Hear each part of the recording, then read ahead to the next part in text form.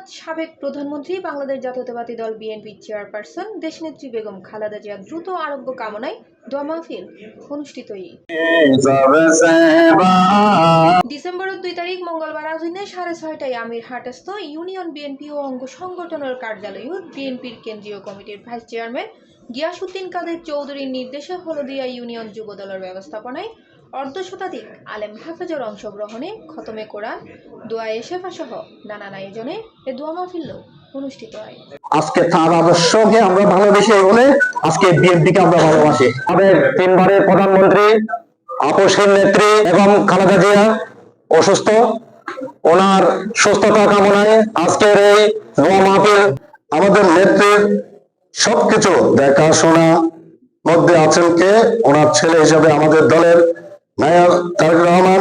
এন্ডে সভাপতিত্ব করে চট্টগ্রাম উত্তর জেলা যুবদলের সহ সাংগঠনিক সম্পাদক ও হলদিয়া ইউনিয়ন ছাত্রদলের সাবেক সভাপতি এম খোরশেদুল আলম জিকু। প্রধান অতিথি আছেন হলদিয়া ইউনিয়ন বিএনপির সাবেক সভাপতি এস.এম. কামাল উদ্দিন। বক্তব্য হলদিয়া ইউনিয়ন ছাত্রদলের সাবেক সিনিয়র যুগ্ম আহ্বায়ক মঈনুদ্দিন বিপুলের সঞ্চালনায় এন্ডে বিশেষ অতিথি আছেন রাউজান উপজেলা বিএনপির সদস্য মোহাম্মদ আবুল কাশেম, পৌরসভা বিএনপির সাবেক যুগ্ম আহ্বায়ক এস.এম. ইউসুফ, রাউজান উপজেলা যুবদল নেতা মোহাম্মদ জামাল উদ্দিন তালুকদার, পৌরসভা যুবদল নেতা মোহাম্মদ রেওয়াজ সহ আরো কেউ। ইন্টারিম গভর্নমেন্টের প্রধান বাংলাদেশের মোস্ট ওয়ান্টেড পারসন হিসেবে, অর্থাৎ বাংলাদেশের একমাত্র 20 কোটি মানুষের মধ্যে গুরুত্বপূর্ণ একমাত্র ব্যক্তি হিসেবে ঘোষণা দিয়েছেন।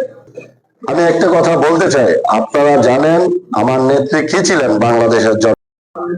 ওনাকে উপাধি দিয়েছে এবং সর্বোচ্চ আইন শৃঙ্খলা এবং প্রোটোকলের ব্যবস্থা করা হয়েছে এবং সেই যে গণতন্ত্র ফিরিয়ে এনেছেন সেই গণতন্ত্র যেন আমাদের সারা বাংলাদেশের মানুষের মাঝে বিলিয়ে নিতে পারেন। এন্ডে আর উপস্থিত আছেন জেলা, উপজেলা, পৌরসভা ও ইউনিয়ন পর্যায়ের বিএনপি, যুবদল, স্বেচ্ছাসেবক দল, ছাত্রদল ও অঙ্গ সংগঠন সহযোগী সংগঠনের নেতৃবৃন্দ। উক্ত দোয়া মাহফিলত উপস্থিত বিয়াক নেতা কর্মী হলে বেগম খালেদা জিয়ার শারীরিক সুস্থতা ও মঙ্গল কামনা করে। শেষে তার আরোগ্য কামনায় বিশেষ মুনাজাত পরিচালনা করে মাওলানা বেলাল উদ্দিন। আল্লাহ তুমি দয়ালু, তুমি দয়াবান, সকলের ফরিয়াদকে তুমি কবুল করে।